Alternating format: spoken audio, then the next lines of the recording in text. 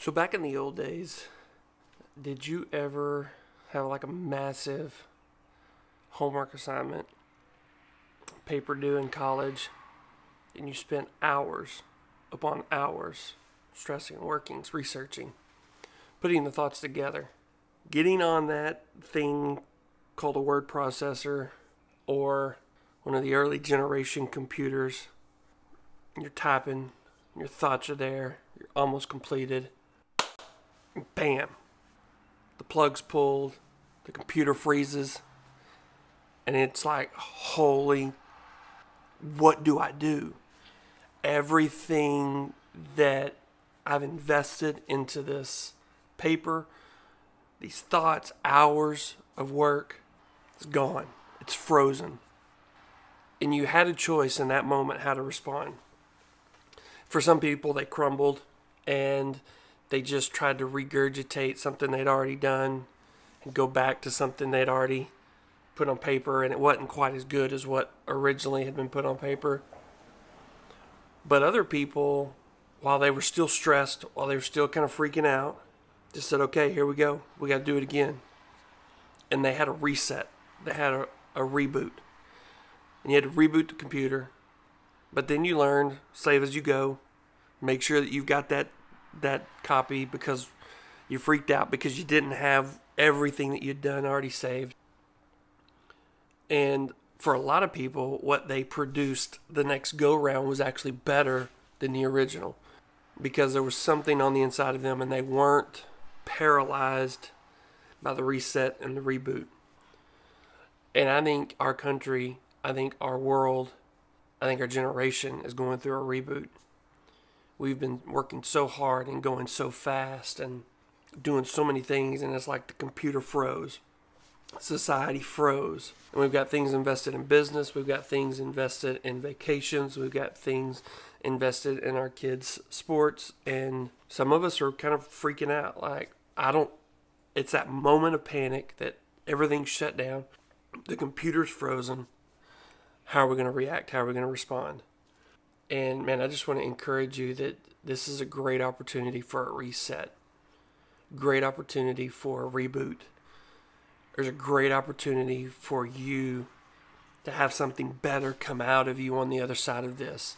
If you really stop and use this time as a reflection to evaluate who you are, what kind of family you are, what kind of parent you are, what kind of employer you are, what kind of employee you are, just what kind of human being you are. And on the other side of this reboot, on the other side of this reset, you can make some life changes. You can make some alterations to who you are, how you live. I'm believing and hopeful that our society will go through this reset, and I believe we'll come out better on the other side. I think the church will go through a reset and come out better on the other side. I think hopefully business will go through a reset. Government will go through a reset. Our nation, our world will go through a reset, through a reboot, and come out better on the other side. And so I just want to encourage you. There's a moment of panic.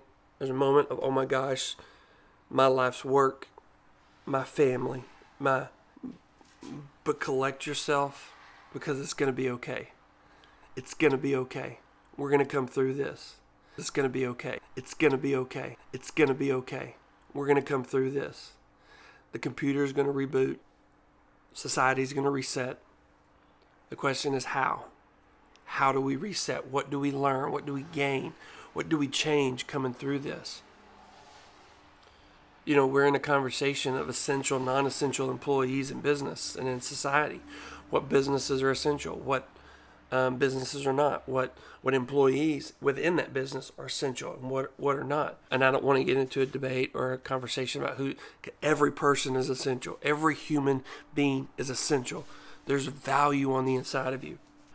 But if we take that thought process, and what if we applied that to our family? What if we applied that to our life? What if we applied that to our business? What if we applied that to what we're doing with our life? What are the things that are non-essential that we filled our life with? That coming out of this reset, this reboot, is a perfect opportunity for us to get that non-essential, time wasting, life wasting, family wasting, purpose wasting stuff out of our life. And what if we were able to reset and reboot in a way where when we came out of this, we were better people, we were better families, better leaders, better friends? What if we got to the place to where we focused on the essential and disregarded and quit filling our life with things that were non-essential? Man, I just want to encourage you. I think as we go through this reboot in society, it's a great opportunity. The question is, how are we going to respond to it? We come out of this, we're going to go back to normal. Are we going to get back into our normal routine, our normal life? Are we going to fill it with non-essential stuff? Or are we going to be intentional, be purposeful, and live with the essential at the forefront, being the best humans, being the best families? And I just want to encourage you. I know it's that moment of freeze, and we've got a few more days of it. But hang in there. We're going to come through this, and we're going to be okay. You're going to be okay.